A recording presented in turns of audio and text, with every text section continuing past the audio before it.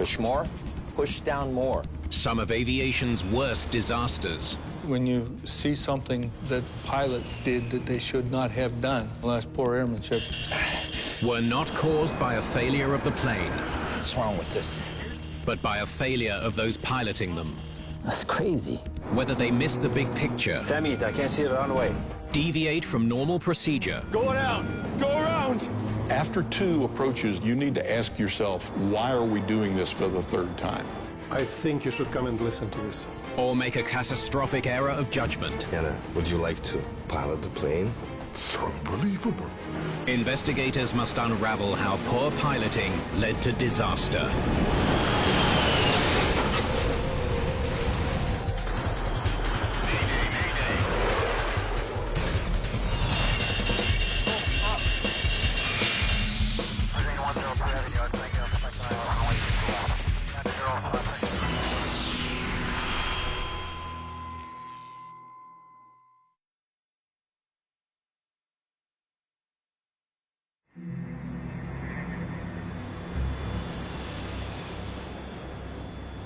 Nagoya approach, Dynasty 140, now approaching 10,600. China Airlines Flight 140 is heading to Japan's Nagoya Airport. Dynasty 140, descend and maintain 6,000. Descend 6,000. The crew is nearing the end of a 2.5-hour flight. From Taipei, it flew over the East China Sea and then to Nagoya, Japan. There are 256 passengers on board. The plane is the newest version of the popular Airbus A300, one of the industry's most automated aircraft. The autopilot maintains very precise control of the aircraft, and that allows the pilot to be more in a supervisory mode, to take the bigger picture in rather than focusing on the very small movements of flying the airplane. Ladies and gentlemen, this is your captain. We'll be landing in Nagoya in about 15 minutes. Shoulder harness, approach checklist complete. Do it by yourself. I won't bother you. The first officer is 26-year-old Shuang Menyong. He's flying the plane under the watchful eye of the captain. Okay? Wang Luoxi has more than 20 years' experience flying military and civilian aircraft. It wasn't uncommon that you would pair a senior captain with a less experienced co-pilot so he can provide some training and guidance to him. Okay, fly manual. They'll be landing without using the autopilot. If they use the autopilot all the time, they lose their skills to fly manually, so it wouldn't be unusual for a captain to elect to fly the approach manually to get the co-pilot experience. They're less than 3 minutes from touchdown. Dynasty 140, clear to land runway 34. Clear to land runway 34. But instead of slowing,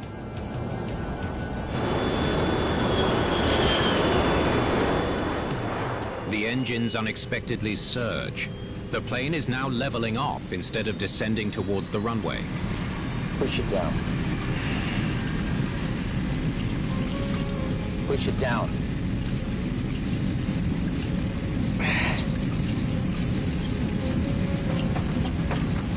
Disengage throttle. Airspeed slows. Push more. Push down more.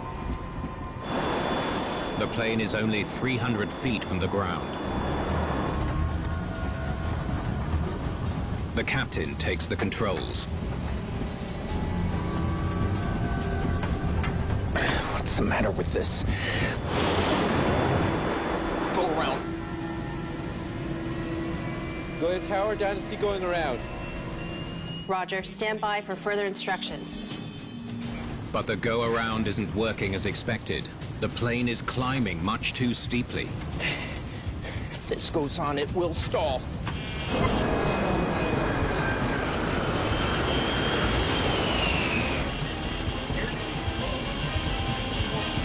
It's over!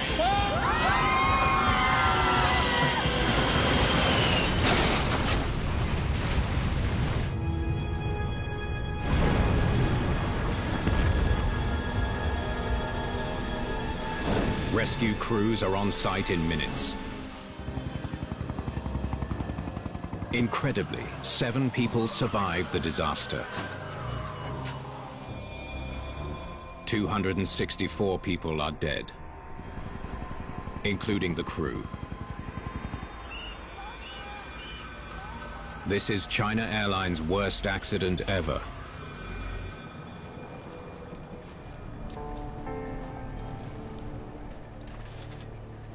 The next morning, investigators from Japan's Aircraft Accident Investigation Commission examine the wreckage. They didn't miss by much. Approximately 360 feet east from the runway. This was a relatively short wreckage path, indicating the airplane did not have a lot of forward motion, and so it pancaked into the ground. Investigators hope the air traffic controller can shed some light on what happened. Any idea why the plane missed the runway? None. I cleared them to land, and they copied that. Cleared to land runway 34. And I heard nothing until they said they were going around. And he didn't say why? No.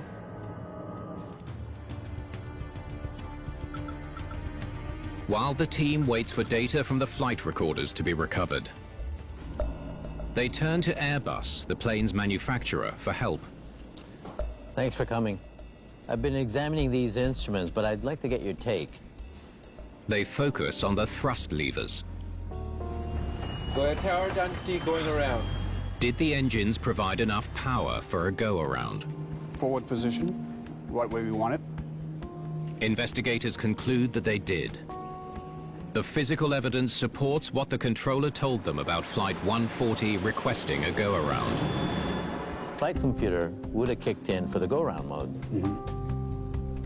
It appears the plane was properly configured for a successful go-around. The flaps and slaps were set, the engines were at full power, everything was where it needed to be.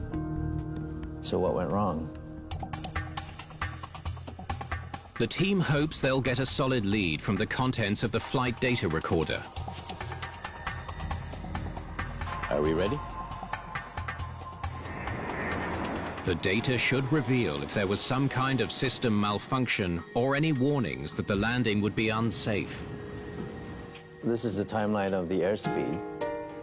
As Flight 140 descends to 1,000 feet, everything appears normal. They activate the go-around mode right here.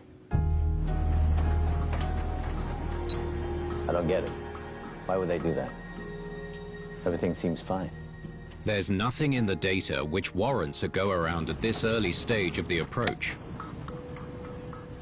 Go-around mode kicks the auto-throttle into high gear with a burst of power to make the plane climb quickly.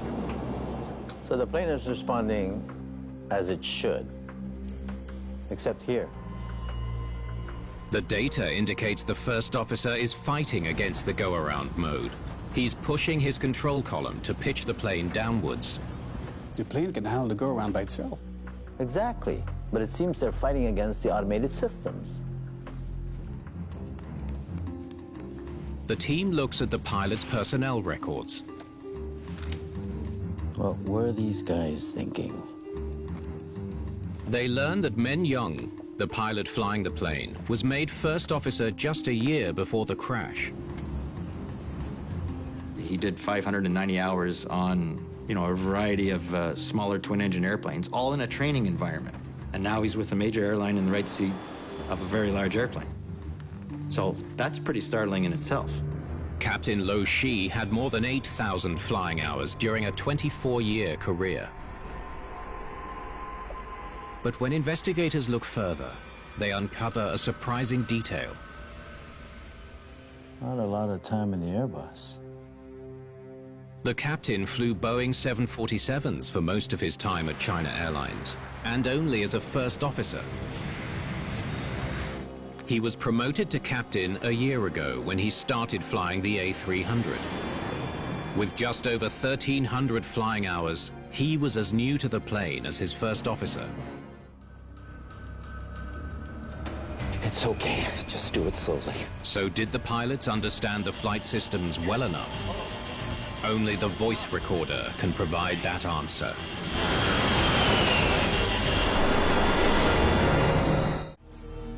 Start the CVR playback, please.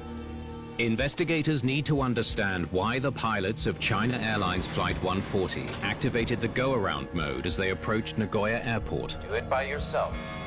I won't bother you. Okay, fly manual. As the first officer switches to manual flight, He disengages autopilot here at about 2,300 feet. the landing approach is on course.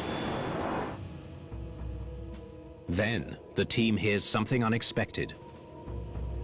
You triggered the go lever. Yes, I touched it a little. Disengage it. Stop playback. He hit the go-around by mistake. About 1,000 feet. It's a major discovery. Investigators suspect the first officer's hand touched the small go-around switch on the front of the thrust levers. Along with a boost in thrust, go-around mode activates the plane's horizontal stabilizer. The stabilizer is the horizontal section of the plane's tail. It pivots up and down to help control the plane's pitch. In go-around mode, the computer moves the stabilizer to send the plane's nose up. Push down. Push more. Push down more. The crew has plenty of time to turn off the go-around mode, but for some reason didn't. Instead, they continue the approach. That's crazy. Push down more. While the first officer is trying to push the nose down, the flight computer is commanding the horizontal stabilizer to force the nose up. So it's computer versus pilot. The captain should have taken over immediately. The captain didn't take over and take charge. He tried to salvage the approach, trying to help the co-pilot continue. Okay, I've got it. He takes the controls just 40 seconds before impact. What's wrong with this? Damn it, why is it like this? That's high drama. When a pilot pushes forward on a control column and he says, "What's the matter with this?" That's something seriously wrong. Somehow, in their panic, both pilots fail to notice that the plane is still in go-around mode. The cues that could have told them what the automation was doing were extremely obscure. There was a small indication on a screen. Very difficult to see those, especially in a whole sea of information. The captain decides to execute a manual go-around, but with the plane already in a nose-up attitude, it's the wrong call. Adding thrust only sends the nose up faster. They got it in such a bad configuration, the airplane stalled. And when it stalls, it's going to go down very fast.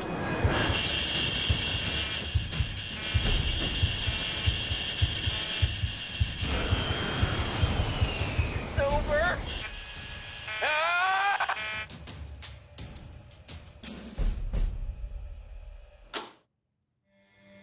Why didn't the pilots know the computer was going to take over? Investigators go back to the training records for leads. Everything seems in order. Until... Well, hold on. Something seems wrong here.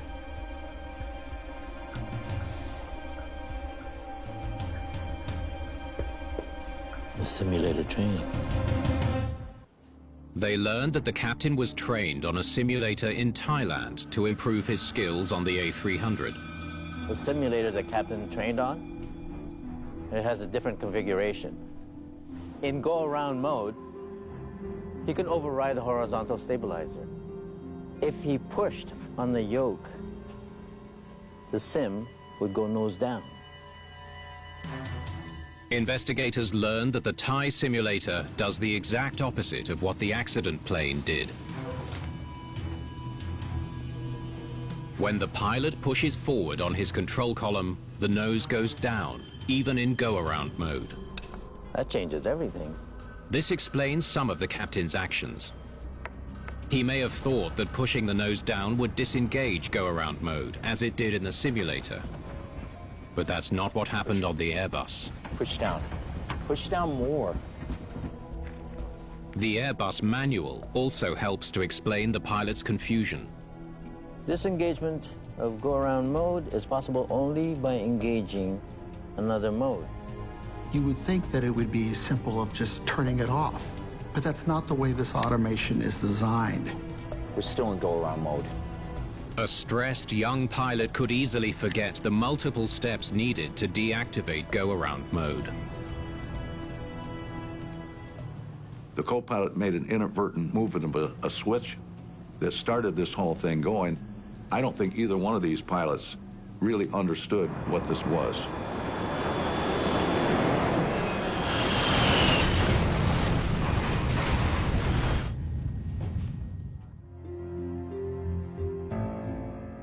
The investigation concludes that what started with an error spiraled into a catastrophe that killed 264 people. After investigators release their findings, Airbus changes flight systems to give pilots a manual override of the go-around mode. Really, the poor response to what was going on in the aircraft meant that the flight, which didn't have to be, but the flight was doomed. And so the poor airmanship, poor coordination, poor response, and really not even realizing what your aircraft was doing spelled doom. When the fog rolls in, inexperience, combined with a questionable airline, results in disaster. Foggy weather has put Manx 2 Flight 7100 into a holding pattern over Cork, Ireland. If the fog doesn't clear, we could head for our alternate.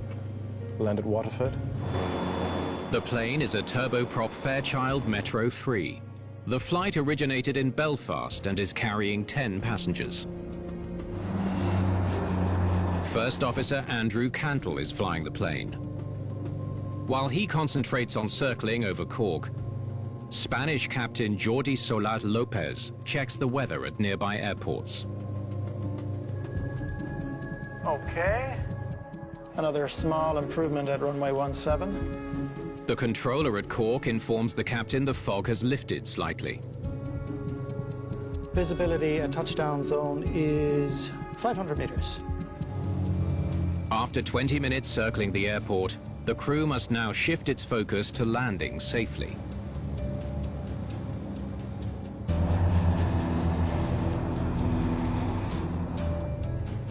I took control of the power, okay? The captain tells the first officer he'll adjust the engine power during landing. That's fine, yeah. He pulls the thrust levers back to reduce power. But instead of slowing down, the plane rolls severely. What the heck? Go around! Go around!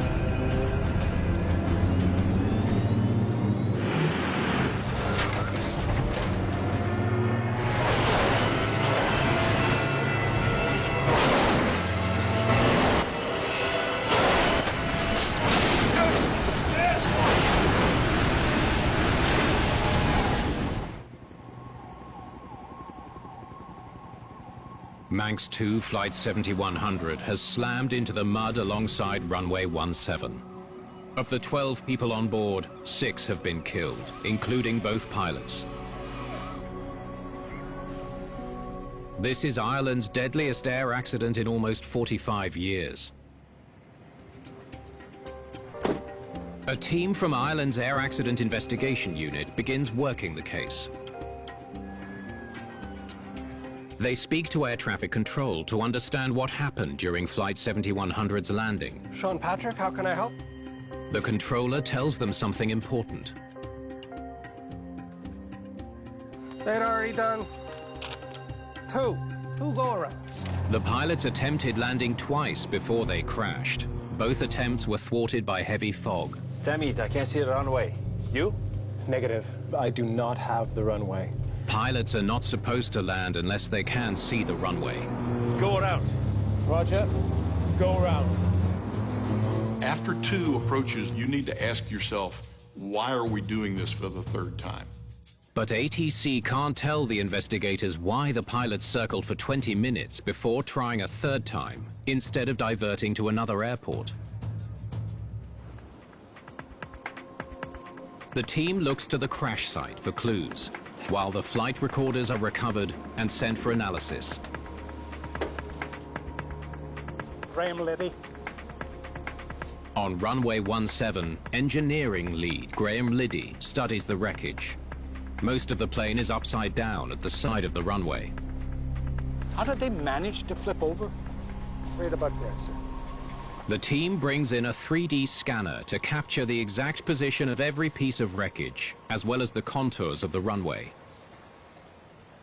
It creates a virtual crash site that investigators can study.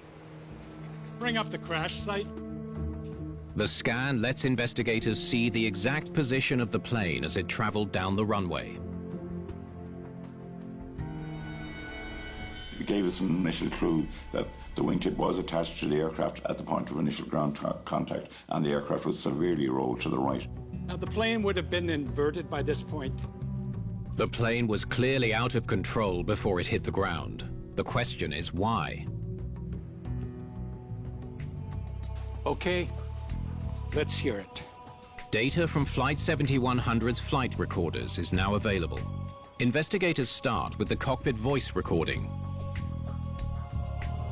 Speed's okay. Graham Liddy hears the pilots discuss their landing preparations.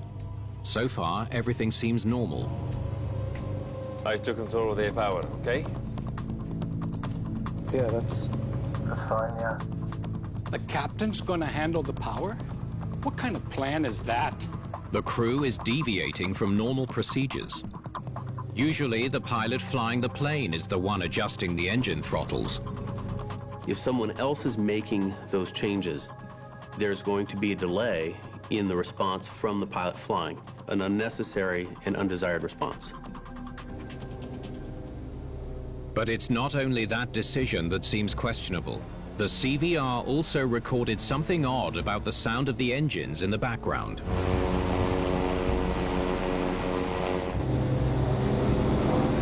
Sounds like those two engines were operating at different power levels. The flight data confirms Liddy's suspicion. The left engine was producing more power than the right one. Uneven engine thrust makes it more difficult to keep the plane flying straight, especially at low airspeeds. It's one more thing for pilots to think about during a complicated landing. Wait a minute. Liddy discovers something even more significant. It looks like engine number 1 went into reverse. Did the engine malfunction at a critical moment during the landing? You need to go right. I am. Investigators study the flight data to determine why the left engine went into reverse as Manx 2 Flight 7100 approached the runway. The data indicates What the heck? that the captain pulled the throttles back too far, putting the more powerful left engine into reverse. You're going to have a forward moment on the right wing. You're going to have an aft moment on the left wing. And in this case, it caused a severe roll to the left. Go around. The captain immediately tried to correct his mistake by pushing the throttles forward, but once again was caught off guard by the uneven engine thrust. Left engine, powered up faster, pushed them over to the right. It's a key finding that explains why the plane rolled. But the team still doesn't know why the pilots made such critical errors. If the first officer, who was the pilot flying, had control of the power levers and the yoke, the flight controls, he would have felt and known where the power levers were at. These guys made a lot of rookie mistakes. Investigators want to find out more about the training and experience of both men. It should have been within their competency to deal with it in a satisfactory manner. They didn't. Why? They soon learned that both pilots were new to their roles in the cockpit. The captain had been promoted to captain 4 days previously, and the first officer had been hired 3 weeks previously.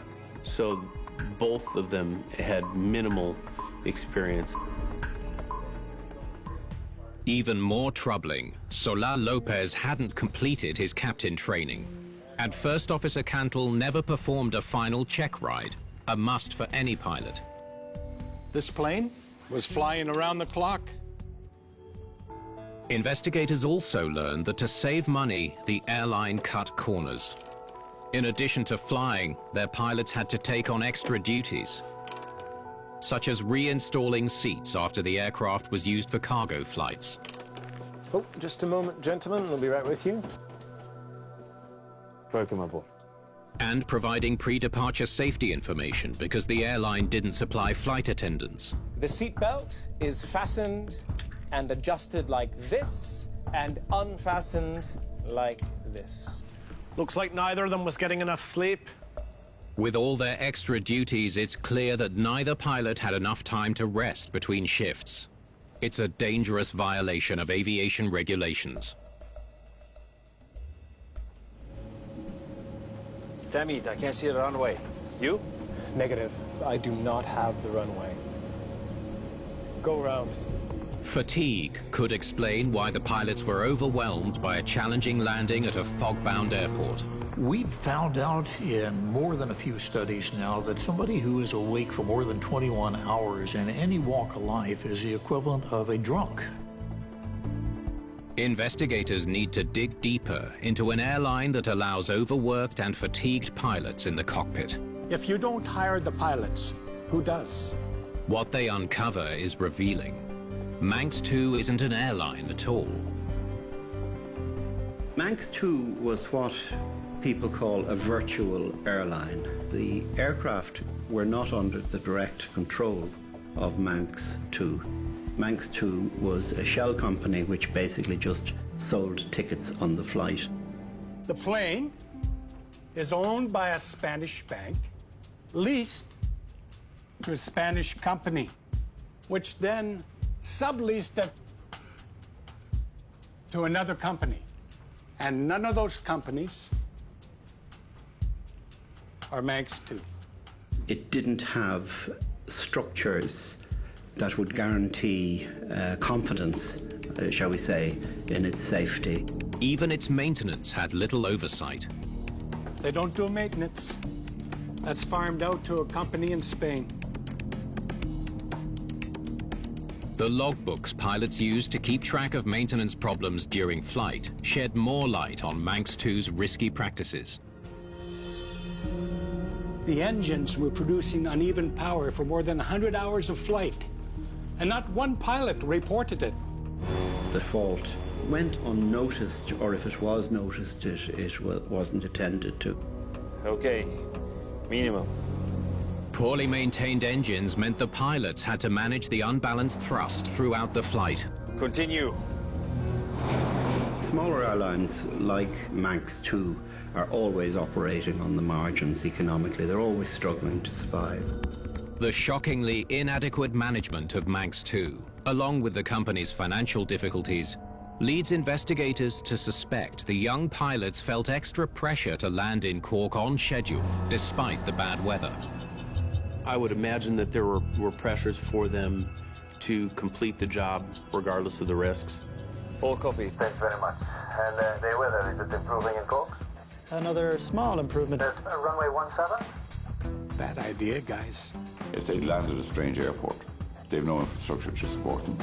They probably don't even have a credit line to buy fuel. These were two guys flying at the very long end of a very, very narrow stick with very, very little support.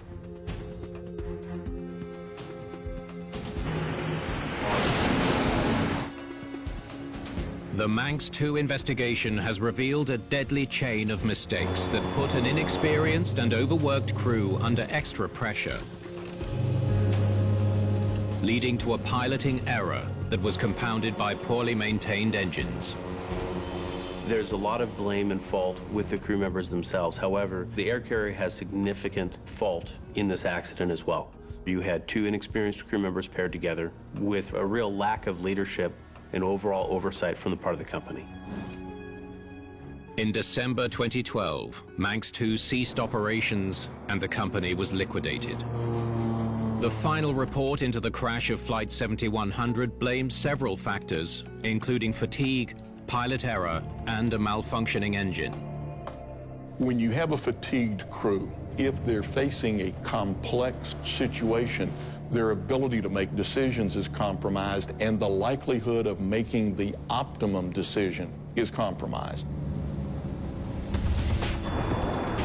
On a flight over Siberia, one pilot's catastrophic lapse in judgment causes a crash which makes aviation history.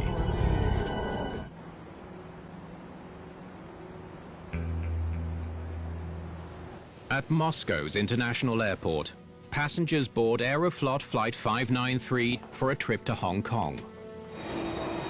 The plane is a new, highly automated Airbus A310. Hey, now you two behave, or Uncle Volodya will push the eject button. Yes.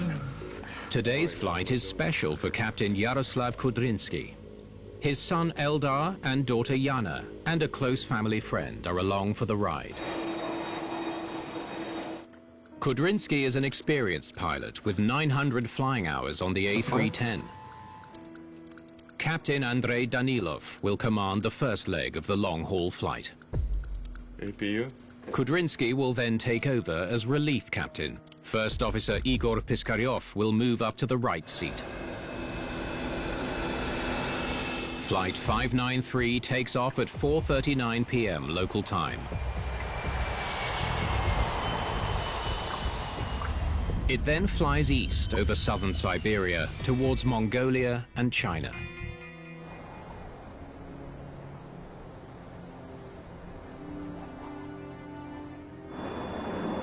Four hours into the 13.5-hour flight, Captain Danilov takes his break. You have control. I have control.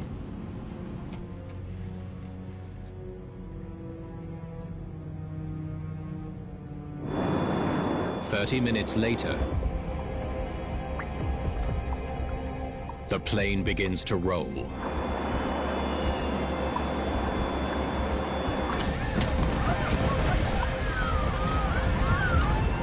The bank deepens and the nose lifts sharply.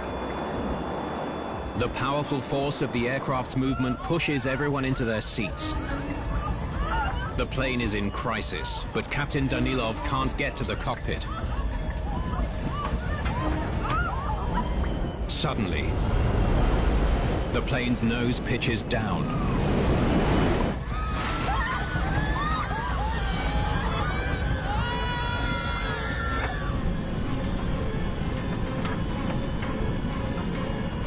In the cockpit, the first officer pulls back on the control column to stop the dive. Full throttle, no? I got it, I have full throttle! But the plane continues to fall and spirals into a spin. Too much speed, ease back on throttle a bit. The pilots manage to pull the plane out of the terrifying dive, but have no idea how close they are to the ground.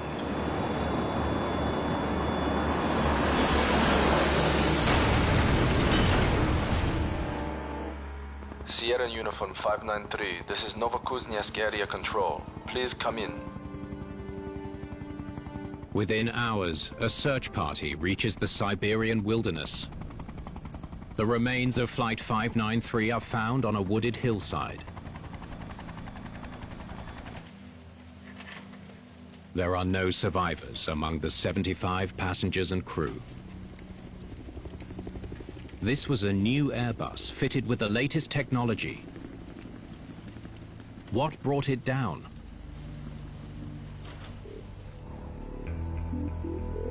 At the Russian Ministry of Air Transport in Moscow, Chief Accident Investigator Ivan Mashkivsky takes on the case.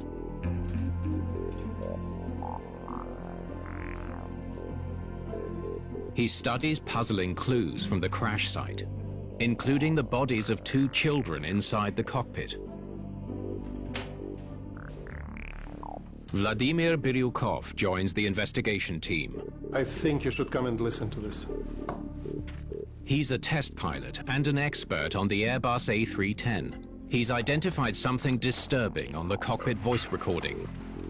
Daddy, can I turn these? Yeah. Now, Anna, would you like to pilot the plane? No. Kudrynsky was in the pilot seat, wasn't he? Yeah, according to the diagram. I turn this a bit? Yeah, but if you turn it to the left, where will the plane go? Left. Look out. It's unbelievable. These two youngsters, they were not thrown into the cockpit by the crash. They were his kids. And they were flying the plane. My first reaction was shock. How could such a thing happen? It just makes no sense. That would be what I would consider to be poor airmanship, poor judgment, something that just shouldn't happen. But this was an experienced crew. How could they have let children fly an airliner carrying 75 people? To find out how children ended up at the controls of Flight 593, investigators returned to the moment the children entered the cockpit. Come on in. Oh, hi, Dad. This is First Officer Igor Vladimirovich Piskarev. Hello. Come and sit in my seat. Would you like to? Come on. Now, Anna, would you like to pilot the plane? No. Put your hands on the control column. Go on. But, you know, don't touch any buttons, okay? Especially this red one, autopilot switch. Investigators double-check the flight data. Even with Yana at the controls, the autopilot continues flying the plane. The data also reveals that Kudrinsky turned the heading select knob. The setting allowed the plane to turn slightly left without disengaging the autopilot. That made his daughter think she's flying the aircraft. Oh, it was you. You turned the plane. Kudrinsky puts the aircraft back onto its preset course. Then it's Eldar's turn at the wheel. Can I turn this? Yeah, but if you turn it to the left, where will the plane go? Left. Is the plane turning? Yes, it is. Once again, his father switches the heading select knob back to its original setting, instructing the autopilot to put the plane back on course to Hong Kong.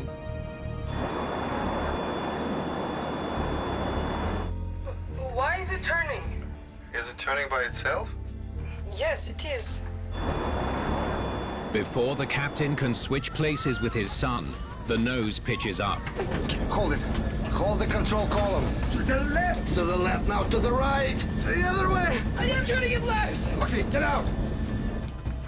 The flight data reveals the G-forces in the plane made it impossible for Eldar and his father to change places. Now to the right. Then, an automatic safety system kicks in to bring the nose down. But the nose drops too far.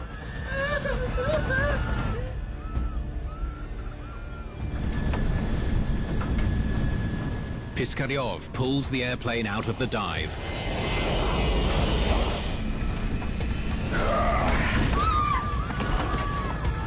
But the climb is too steep, which causes a dramatic drop in airspeed. That's when the force of acceleration eases and Kudrinsky regains his controls. The plane is already stalling. It drops into a corkscrew dive. I got it. I have full throttle. We'll get out of this. Everything is fine.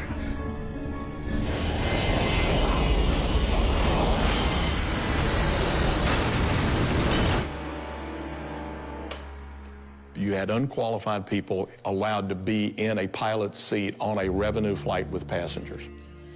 This is a procedural breakdown of catastrophic proportion. There's no doubt Captain Kudrinsky's reckless decision set a tragedy in motion. But investigators still don't have all the answers. There is always more than one reason for a plane to crash, and we must find it. The new Airbus's autopilot should have kept the plane flying safely. Why didn't it?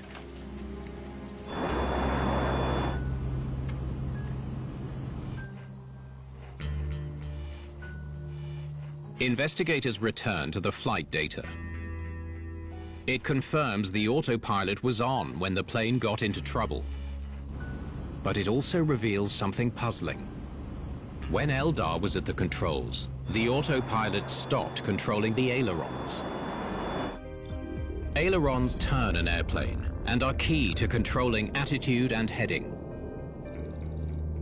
Don't touch any buttons, okay? Especially this red one, autopilot switch.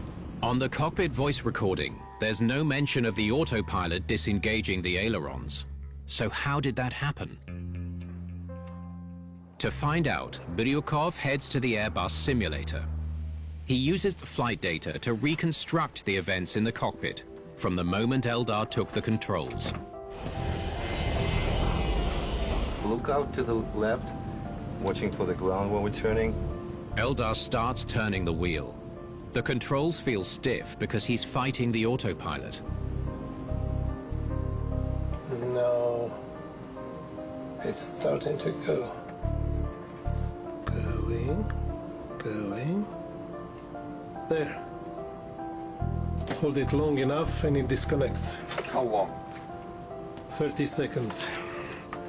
And it disconnects smoothly. After 30 seconds of Eldar resisting the autopilot, part of it disconnects. The 16-year-old is now controlling the plane's roll. It's a shocking discovery. But why didn't the crew realize that happened? Another peculiarity of the plane is that it has no alarm signaling the disengaging of the autopilot in the lift channel. So I think that the captain allowed the boy to do it, irregular as it was, believing that even if the autopilot got disengaged, the crew would be alerted to the fact.